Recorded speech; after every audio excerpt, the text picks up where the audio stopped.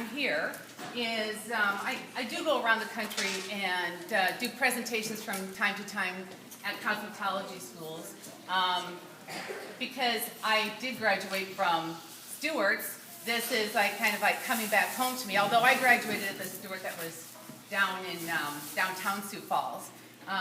But I happen to be coming to town this weekend for my niece's wedding, and I happen to have a niece that's going to school here. Ashley is my niece, so yay! So I know that there's a... Oh, good, thank you. Okay, great. So, I'm sorry. So anyway, I don't know if you guys can see the picture up there or not. Maybe you can, but this is my graduating class. Back in 1980. Yes, that's how old I am. So back then, those are the uniforms that we had to wear. You know, we had very specific uniforms we had to wear. And so I'm in the back row for what it's worth. For me, the reason that I like to talk to students is to kind of just give you a little insight into, you know, what a wonderful career having a cosmetology license provides for you. And many of you probably have already heard this from maybe some of your mentors, some of your, obviously your teachers here, other people that have come and spoken to you. But I feel so fortunate for receiving my cosmetology license because it's really provided for me a career that I would have never dreamed would have been possible. When I graduated in 1980 from Stewart, my goal was to go to work in a salon, do hair, get married, raise a family in Sioux Falls, and that was how I envisioned my life. And that's what I wanted to do. And I think that would have been a wonderful life for me at that time. But my path went a little different way. And that might be what happens to some of you too, or some of you might fulfill a dream of what I thought was going to be my dream over 30 years ago. For me, my story kind of went like this. After I graduated from Stewart, I went to work right away in a salon in Sioux Falls. It wasn't a Hair by Stewart's. I was one of the few out of people who graduated from Stewart that didn't go to one of the Hair by Stewart salons. I don't know why. I just happened to gravitate toward a different salon. It was called Bruce and Friends. I'm not sure if any of you ever heard of it. I don't think they're even around anymore. It was a small salon in a house. It had been converted into a salon on 26th and Minnesota, kind of. Anyway, I went there. I worked as an assistant for 6 months before I started working on clients. And then about a year after I had been in the salon, we went to Minneapolis, and I got exposed to my first big hair show. And it really inspired me when I saw the artists on stage, when I went to the different classrooms that they had to offer at this show. And my mind started to change right then about, well, maybe I could do something like these guys are doing. And so I started to explore what might be other opportunities for me outside of the salon that could complement the work I was doing in the salon. So what happened for me was, not too long after that, I reached out to the distributor that was selling us at our salon our products and said, you know, I'd really like to get into working with a manufacturer. Redken was the company that I got my first job with out of the salon. Redken was a very strong company in beauty schools at the time, and that was at Stewart at the time. We were a full Redken school, so this was the brand I knew the best. And I reached out to this company, and I was able to get a job as an in-field educator. So I quit working in the salon, I went to work full-time for Redken, and I started traveling a 5-state area. I was so excited because I thought, this is going to be the most glamorous job I will ever have in my life. Some are laughing. I was 21 years old, and I was going to hit the road. And I did. And that meant driving to Fargo, Minot, Yankton, Brookings, Omaha, Council Bluffs, Where else did I get to go? Just the most glamorous, exciting cities that you could imagine. I did that for about 3 years, and my job was really to travel to salons around a 5-state region, and I was educating on Redken products, how to retail, teaching how to use hair color, and as really a young professional, this role of teaching is really what trained me. The best learner is always the teacher. And I learned more about product and coloring and salon business through my teaching other salons about product because they taught me about the business. So for me, I got really interested in this manufacturing side of the business, and I set my sights early on wanting to continue to progress because once I got a taste of that corporate world, I saw what other people were doing, and I would just look at that next person and say, I want to do what they're doing. How do I get promoted into that job? So my career progressed. I went from Redken to Matrix. And Matrix at the time, this was I think in like 1986 or 1987, Matrix was a newer company that was introduced into the United States at the time, and a very entrepreneurial company, not very corporate-y at all. It was a small company at the time, and we brought into the country, when I joined Matrix, I moved from education into sales. And that was another part of my strategy. I was like, okay, I've done this education thing now for a few years. I'd like to get into the sales side and see if I could be any good at selling products and working on business plans. And so I really had a great education while I was there, learning about, how to understand a profit and loss statement, how to work with, promotions and marketing and all that kind of stuff. I left Matrix after 11 years, and I went to a company called Graham Webb, which is kind of really not even around anymore. I'm not sure, has anybody in here ever heard of the Graham Webb company? A few hands? A few, not many. So some of you guys are going, what the heck, who cares? It's not even around. So anyway, Graham Webb was a retail product company, and I went to work there. They brought me on to be their head of sales. Again, a smaller company that was looking for somebody with some experience. So I went to Graham Webb. Graham Webb was then purchased by Wella and Sebastian. And so during that time, I then took over responsibilities for sales and marketing of the Wella, Sebastian, and Graham Webb business for North America. So that led me to where I'm at today, which is my position today at Joico is the Senior Vice President and General Manager. It's a fancy title, which means I kind of, have to be in charge of our office and our business planning and marketing and education and all the general functions of a company are my responsibility. But we're the kind of company that's very much where titles don't matter so much. We all kind of just chip in and do whatever we can do to make sure that we're launching good products, that we're building our business, that we're putting out great imagery, that we're providing good education. So I set a goal for myself. I think it was probably when I was at Matrix after a few years, and again, like I said, I would watch other people that I admired, and I set a goal for myself. I said, by the age of 40, I want to be the first woman to run a beauty company, because beauty companies were run by men. As a matter of fact, today most of the beauty companies are still run by men in terms of the senior levels of management. And which I always found it very odd, because it's an industry made up primarily of women. Okay, I know there's a few guys in the room, but but it's an industry made up of primarily of women, yet the product companies and the distribution companies were all run by men.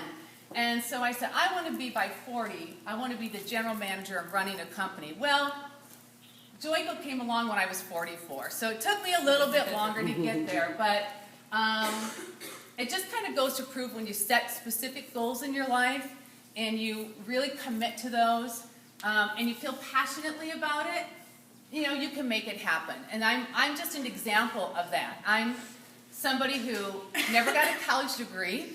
I went right from high school to cosmetology school to Stewart's I graduated from high school in May, and in June I started in my class at Stewart. A year or whatever later, I graduated and got my certificate and started working right away in a salon, and today I'm running a company. So, you know, a lot of people say that a cosmetology certificate can only get you so far. Well, I'm just proof that it can take you a long way, and I'm not the only one. There's lots and lots of people like me out there who have really gone to very far positions, whether it's owning their own salon, or working for companies, or running a school, that have done it with having that very special cosmetology license to back you up. So what I wanted to tell you a little bit about today is a few key things that might just help you as you think about how you're going to progress in your careers. And if you can learn any of this from me because of my experience and it helps you, great. Take it for what it's worth, right?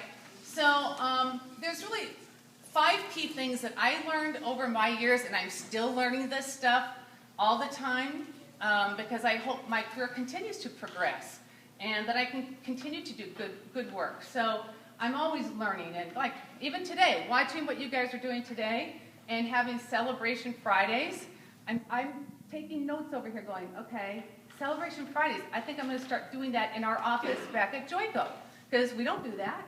We have once a quarter business review meetings, and in our business review meetings, it's very businessy. I'm thinking, geez, you know what? I like this Celebration Friday idea. I think we're going to start doing that. So you learn everywhere you go, if you just pay attention, right? So a few key things that I've learned that have really helped my career, and I think have helped when I see other people. The first thing is this word called is networking. And what I would tell you is that it's really helpful for you to get to know influential people.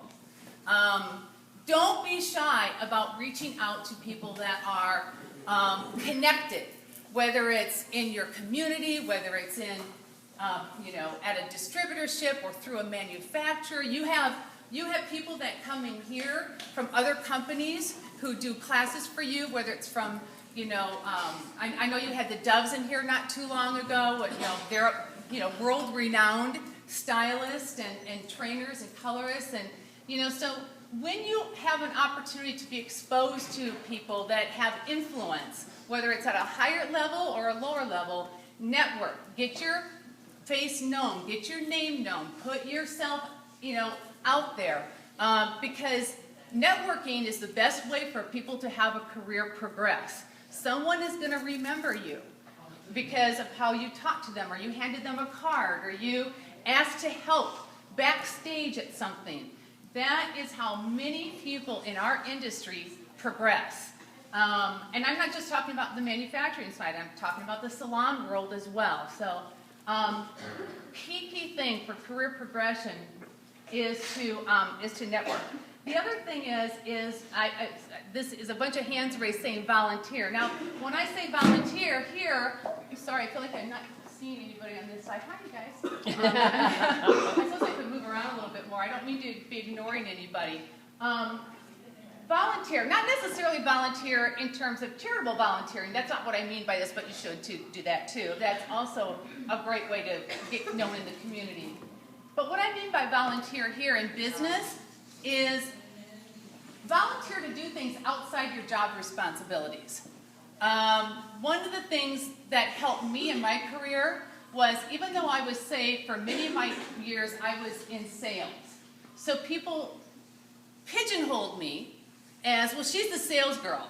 So if you need to do something, if you need to know anything about sales, go to Sarah. But I didn't want that to be how I was viewed for the rest of my career. So I would volunteer for every project that my company was doing, and they needed a team of people to work on, a new strategy for launching a new brand. And I would say, I'll be on the team. If you're working in a salon, and the salon, needs to have, some help in an area that's really not your area of expertise, but you want to learn it, offer yourself up, offer your services to do things outside of your job responsibility. That will give you training, you'll learn from it, and you're networking with other people at the same time. And people who are willing to do things that are outside of their normal everyday responsibilities are viewed by management as movers and shakers, people who are willing to go the extra mile, and that's what companies look for. That's what any company, big or small, salons, manufacturers, distributors, schools, all look for people that are willing to go that extra mile and they're viewed as leaders in the organization. So that was a very key thing for me and for other people. This next one says, wow, capitalize on best skills. Now, what I mean by this is, everybody has something that you do really good, better than anything else you do. Now, in this industry, it could be, that your cutting is really what you love the most, and you're a great cutter. You do color, you do texture, you do skin, you do other things. But your cutting is really, what you want to hone in on. If that's it, be the best hair cutter possible. Be known for something that is your area of expertise. Again, I'll relate it back to me. For me, my thing that I felt that I was good at was my public speaking. So because of that, I made sure that anytime there was an opportunity for me to be in front of people, my company, my bosses, the distributors, salespeople, salon people, whatever it was, I wanted my public speaking skills to be stronger and better and to stand out. So that helped me then become known as someone who can be relied on to come and make a presentation. And that is what helped me progress in my career. But once again, everyone has a skill that you can hone in on as being the best of. Maybe it's the best colors. I know in salons around the country, there are people who are known, in the salon, who you go to for, specific things. Who do you go to when you want to have, your hair done up for a prom, for bridal parties? Capitalize on your best skills, make it known, and you will make more money because of that as well. So that's another really key learning that's helped me. This next one, you can see the little fish that's out swimming the rest of the fish, okay, which says, be a high performer. Don't be just as good as everybody else. In this day and age, in the world today, highly competitive. If you're just as good as everybody else, that's okay. Then you'll probably, go along just fine. But what people want to see, especially if you want to have a very successful long-term career, are who are my high top performers? Who sells the most in the salon? Who brings in the most new service revenue? If you're working for a distributor as a salesperson, who really opens up the most new salons and does the greatest amount of sales? Be a high producer, a high performer, so you can stand out, and ultimately you'll have a stronger career, a better career, and more satisfying. You want to stand out amongst everybody else that you're competing with, wherever it happens to be that you're at. And the last thing that I would say to you as far as what has been key lessons for me and others that I see who are really successful is this thing called stay current. Now, what I mean by stay current, of course, in our salon world, in our haircut world, in our makeup and nail world, right? Stay current means make sure that you're not doing dated stuff. People who don't continue their education, don't study, don't go to shows, don't go to seminars, continue to rely on the same techniques that they learned years ago and have done for a million years. Guess what? They're not raising their prices. They're not making more money because they're not current. I don't want to go to somebody to do my hair that hasn't been to an educational seminar for 5 years, because that means that they haven't learned the new techniques and they're not really knowing current in looks and styles and what's on the forefront of fashion. People who do that, who stay current, they can raise their prices. They can bring in more money because we'll pay for it. The consumer will pay for somebody who is current. And that, again, that's not just in terms of the technical side of hair. It's also in terms of be current in what's product on the market. New services to offer. If you work in, like my world, which is the manufacturing world, you have to stay current on new scientific advances and what's coming in, from research and development for new product innovation. If you just keep putting out the same gel year after year after year, you're not current, your business is going to decline. So this is true in so many ways. It's so true in knowing how to market yourself. You guys are in such a great position, much more than I ever was, in terms of video and marketability because of social media. It is the most amazing way for anybody to build their business these days and to become well known by really working Facebook, Twitter, Pinterest, all that. Those things, your era of technology this way is a way for you to really utilize it to the best of your abilities for your careers. And I encourage you to do that. If you're not doing it, learn it and get on it and look at how you can really build a business through social media, because that's where it's really going. Traditional media is really becoming something of the past. Social media, social selling is really what's happening today. So stay current, all right? Let's see here. So, out of all that, now what are you going to do, right? Some of you are getting ready to graduate and go off into the world of your career. Some are just starting, and some of you are in the middle. I guess it doesn't really matter what stage you are.